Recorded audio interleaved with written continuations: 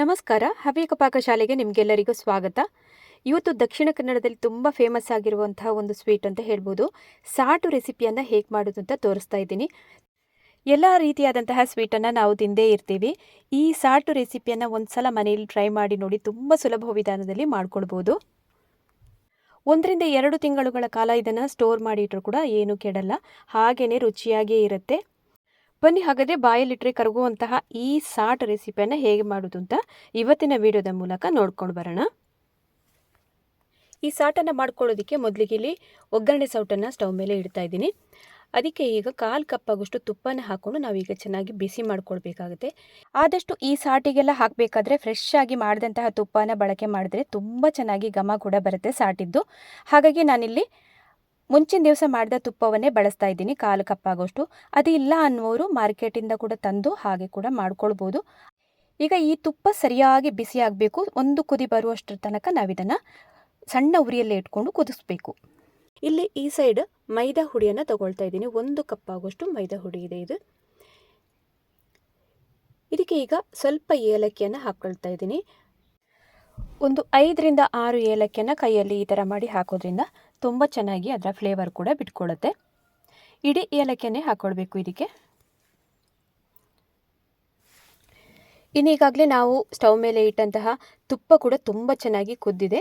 ಒಂದು ಕುದಿ ಬಂದ ನಂತರ ಸ್ಟವನ್ನು ಆಫ್ ಮಾಡಿಕೊಂಡು ಈಗ ಮೈದಾ ಹುಡಿ ಮೇಲೆ ಹಾಕ್ತಾ ಇದ್ದೀನಿ. ಹಾಕಿದಾಗ ನೋಡಿ ಇದು ಯಾವ ಥರ ನೊರೆ ಬರ್ತಾ ಇದೆ ಅಂತ. ಇದನ್ನು ಇನ್ನೀಗ ಸ್ಪೂನ್ನಲ್ಲಿ ಮಿಕ್ಸ್ ಮಾಡಬೇಕಾಗುತ್ತೆ. ಸ್ವಲ್ಪ ಬಿಸಿ ಇರುತ್ತೆ. ಒಂದು 2 ನಿಮಿಷ ಎಲ್ಲ ನಾವು ಸ್ಪೂನಲ್ಲಿ ಹೀಗೇ ಇದು ಮಾಡ್ತಾಯಿದ್ರೆ ಮಿಕ್ಸ್ ಮಾಡ್ತಾ ಇದ್ದಾಗ ಚೆನ್ನಾಗಿ ತಣ್ಣಗಾಗುತ್ತೆ. ಆಮೇಲೆ ಇದನ್ನು ಕೈಯಿಂದನೇ ಮಿಕ್ಸ್ ಮಾಡ್ಕೊಳ್ಬೇಕು. ತುಪ್ಪ ಆಮೇಲೆ ಮೈದಾ ಹಿಟ್ಟೆಲ್ಲ ಸರಿಯಾಗಿ ಮಿಕ್ಸಪ್ ಆಗಬೇಕು. ನೋಡ್ಬೋದು ಈ ಥರ ಉಂಡೆ ಕಟ್ಕೊಳ್ಳೋದಕ್ಕೆ ಬರುತ್ತಲ್ಲ, ಅಷ್ಟಾದರೆ ಸಾಕಾಗುತ್ತೆ. ಈಗ ಸರಿಯಾಗಿ ಮಿಕ್ಸ್ ಮಾಡಿದ್ದಾಯಿತು. ಇನ್ನೀಗ ಇದಕ್ಕೆ ನೀರನ್ನು ಹಾಕ್ಕೊಳ್ಬೇಕು. ನೀರನ್ನು ನಾನಿಲ್ಲಿ ಮೆಷರ್ಮೆಂಟ್ ಕಪ್ಪಿಂದ 1/4 ಕಪ್ ಆಗೋಷ್ಟು ಅಳತೆಯಲ್ಲಿ ಒಮ್ಮೆ ತಗೊಂಡು ಹಾಕ್ತಾಯಿದ್ದೀನಿ. ಟೋಟಲ್ ಆಗಿ 1 ಕಪ್ ಆಗೋಷ್ಟು ಮೈದಾ ಹಿಟ್ಟಿಗೆ ಅರ್ಧ ಕಪ್ ಆಗೋಷ್ಟು ನೀರು ಸಾಕಾಗುತ್ತೆ. ಇಷ್ಟನ್ನು ಆಗಾಗ ನೋಡಿಕೊಂಡು ಹಾಕ್ತಾ ಕಲಿಸ್ತಾ ಬಂದು ಚಪಾತಿ ಹಿಟ್ಟೆಲ್ಲ ಕಲಸ್ಕೊಂಡು ಇಟ್ಟಿರ್ತೀವಲ್ಲ, ಅದೇ ಹದಕ್ಕೆ ನಾವಿದನ್ನು ಹಿಟ್ಟನ್ನು ಕಲಿಸ್ಕೊಳ್ಬೇಕು. ಸಾಟನ್ನು ಮಾಡಬೇಕಾದ್ರೆ ತುಪ್ಪದ ಪ್ರಮಾಣ ಬಹಳ ಇಂಪಾರ್ಟೆಂಟ್ ಆಗಿರುತ್ತೆ. ಹಾಗಾಗಿ ನಾನಿಲ್ಲಿ 1 ಕಪ್ ಆಗೋಷ್ಟು ಮೈದಾ ಹಿಟ್ಟಿಗೆ ನಾನಿಲ್ಲಿ 1/4 ಕಪ್ ಆಗೋಷ್ಟು ತುಪ್ಪನ ಬಿಸಿ ಮಾಡಿ ಹಾಕ್ಕೊಂಡಿದ್ದೀನಿ. ನೀವೇನಾದರೂ 2 ಕಪ್ ಅಳತೆಯಿಂದ ಮೈದಾ ಹಿಟ್ಟನ್ನು ತಗೊಂಡು ಹಾಕ್ತೀರಿ ಅಂತಾದರೆ ಅರ್ಧ ಕಪ್ ಆಗುವಷ್ಟು ತುಪ್ಪವನ್ನು ಬಿಸಿ ಮಾಡಿ ಹಾಕ್ಕೊಳ್ಬೇಕು. ಹಾಗೆ ಮಾಡಿದಾಗ ಪದರವಾಗಿ ತುಂಬ ಚೆನ್ನಾಗಿ ಕ್ರಿಸ್ಪಿಯಾಗಿ ಕೂಡ ಬರುತ್ತೆ. ಇನ್ನೀಗ ಸರಿಯಾಗಿ ಇದನ್ನು ನಾದ್ಕೊಳ್ಬೇಕು ಹಿಟ್ಟನ್ನು.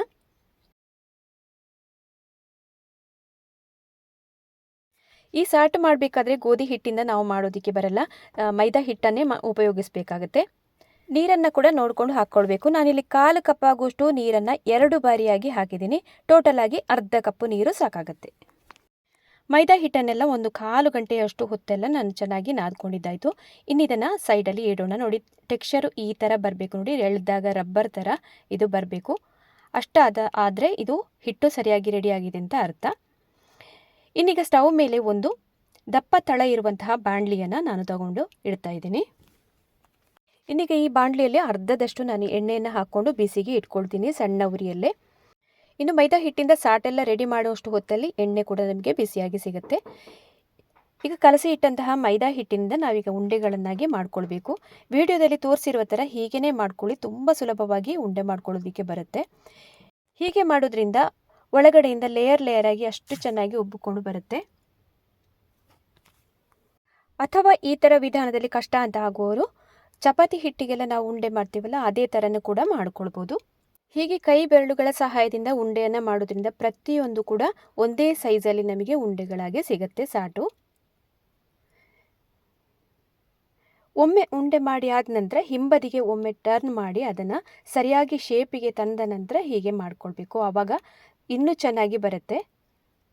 ಹೀಗೆ ಎಲ್ಲನನ್ನು ಕೂಡ ಒಂದೇ ಸೈಜಲ್ಲಿ ಉಂಡೆಗಳನ್ನಾಗಿ ಮಾಡಿ ಇಟ್ಕೊಳ್ಳೋಣ.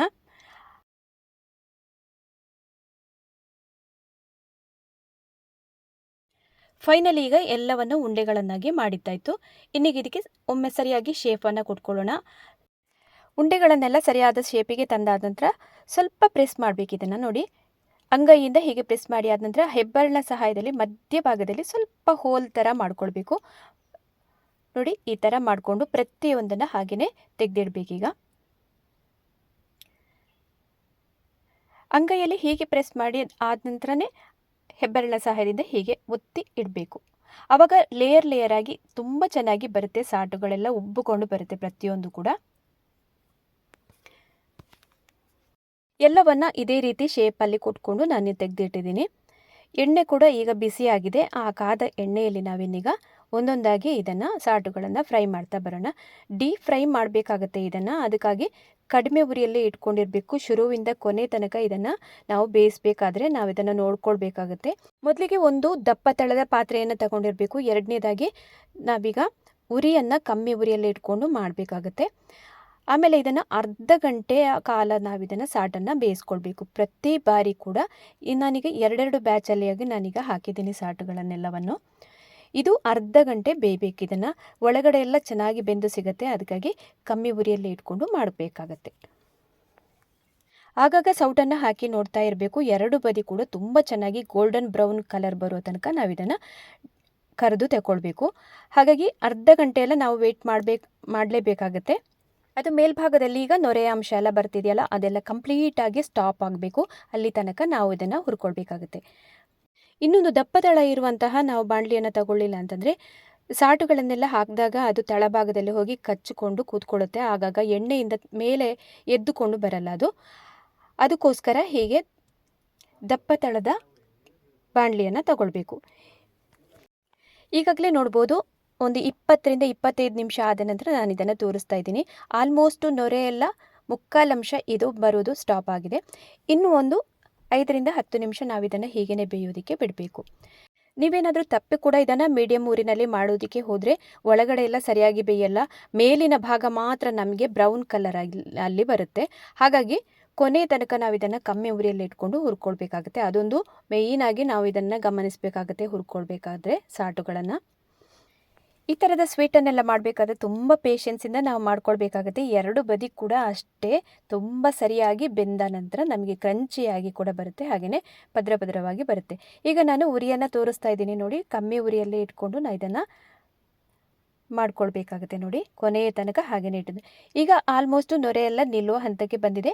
ಇದನ್ನು ಇನ್ನೀಗ ತೆಗೆದು ಒಂದು ತಟ್ಟೆಗೆ ಹಾಕ್ಕೊಳ್ಳೋಣ. ನೋಡ್ತಾ ಇರ್ಬೋದು ನೀವು, ಗೋಲ್ಡನ್ ಬ್ರೌನ್ ಕಲರಿಗೆ ಬಂದಿದೆ. ಆಮೇಲೆ ಅಷ್ಟು ಚೆನ್ನಾಗಿ ಉಬ್ಬಿಕೊಂಡು ಕೂಡ ಬಂದಿದೆ. ಇನ್ನು ಇದನ್ನು ತೆಗೆದು ಒಂದು ತಟ್ಟೆಗೆ ಹಾಕ್ತಾ ಇದ್ದೀನಿ. ಒಂದನೇ ಬ್ಯಾಚ್ ಇದ್ದೆಲ್ಲ ತೆಗೆದಿದ್ದಾಯಿತು. ಇನ್ನು ಎರಡನೇ ಬ್ಯಾಚ್ ಕೂಡ ಅದೇ ರೀತಿಯಾಗಿ ಹಾಕ್ತಾ ಇದ್ದೀನಿ. ಈಗಲೂ ಹಾಗೆಯೇ ಆಗಲೇ ನಾನು ಹೇಳಿದಂತೆ ಕಮ್ಮಿ ಉರಿಯಲ್ಲಿ ಇಟ್ಕೊಂಡು ಎರಡನೇ ಬ್ಯಾಚದ್ದು ಕೂಡ ಕರೆದು ತಗೊಳ್ಳೋಣ. ಈಗಾಗಲೇ ನಾನು 2 ಬ್ಯಾಚಿನ ಸ್ಯಾಟನ್ನು ಕೂಡ ಚೆನ್ನಾಗಿ ಬೇಯಿಸ್ಕೊಂಡು ತೆಗೆದಿಟ್ಟಿದ್ದೀನಿ. ಅದು ಸರಿಯಾಗಿ ತಣ್ಣಗಾಗಬೇಕು. ಒಂದು 2 ಗಂಟೆ ಎಲ್ಲ ಹಾಗೆ ಬಿಟ್ಟ ನಂತರ ನಾನಿಲ್ಲೀಗ ಸಕ್ಕರೆ ಪಾಕಕ್ಕೆ ಇಡ್ತಾ ಇದ್ದೀನಿ. ಯಾವ ಕಪ್ ಅಳತೆಯಿಂದ ನಾವು 1 ಕಪ್ ಆಗೋಷ್ಟು ಮೈದಾ ಹಿಟ್ಟು ತಗೊಂಡಿದ್ದೀವಲ್ಲ, ಅದೇ ಕಪ್ಪಿನಿಂದ 3/4 ಕಪ್ ಆಗೋಷ್ಟು ಸಕ್ಕರೆಯನ್ನು ಕೂಡ ಹಾಕ್ತಾ ಇದ್ದೀನಿ. ಈಗ 1/4 ಕಪ್ ಆಗೋಷ್ಟು ಅದಕ್ಕೆ ನೀರನ್ನು ಹಾಕ್ಕೊಂಡು ಕಮ್ಮಿ ಉರಿಯಲ್ಲಿ ಇಟ್ಕೊಂಡು ಸಕ್ಕರೆ ಪಾಕನ ಮಾಡ್ಕೊಳ್ಳೋಣ. ಈಗ 1 ಎಳೆ ಪಾಕದಕ್ಕಿಂತ ಇದೊಂದು ಸ್ವಲ್ಪ ಜಾಸ್ತಿ ಆಗಬೇಕಾಗುತ್ತೆ. 4 ಎಳೆ ಪಾಕ ಅಂತ ಅಂತೀವಿ. ಹಾಗಾಗಿ 4 ಎಳೆ ಪಾಕಕ್ಕೆ ನಾವಿಲ್ಲಿ ರೆಡಿ ಮಾಡ್ಕೊಳ್ಬೇಕು. ಆಗಾಗ ಸೌಟನ್ನು ಹಾಕಿ ನೋಡ್ತಾ ಇರಬೇಕು. ಈ ಸೈಡ್ ಒಂದು ತಟ್ಟೆಗೆ ತುಪ್ಪವನ್ನು ಹಾಕ್ಕೊಂಡು ಸವರಿ ಇಟ್ಕೊಳ್ಬೇಕು. ಮೊದಲೇ ಸಾಟನ್ನು ನಾವು ಆಮೇಲೆ ಹಾಕಿ ಆದ ನಂತರ ತೆಗೆಯೋದಕ್ಕೆ ತುಂಬ ಈಸಿಯಾಗಿ ಬರುತ್ತೆ. ಅದಕ್ಕೋಸ್ಕರ ತುಪ್ಪವನ್ನು ಸವರಿ ಇಟ್ಕೊಳ್ತಾ ಇದ್ದೀನಿ ಸೈಡಲ್ಲಿ.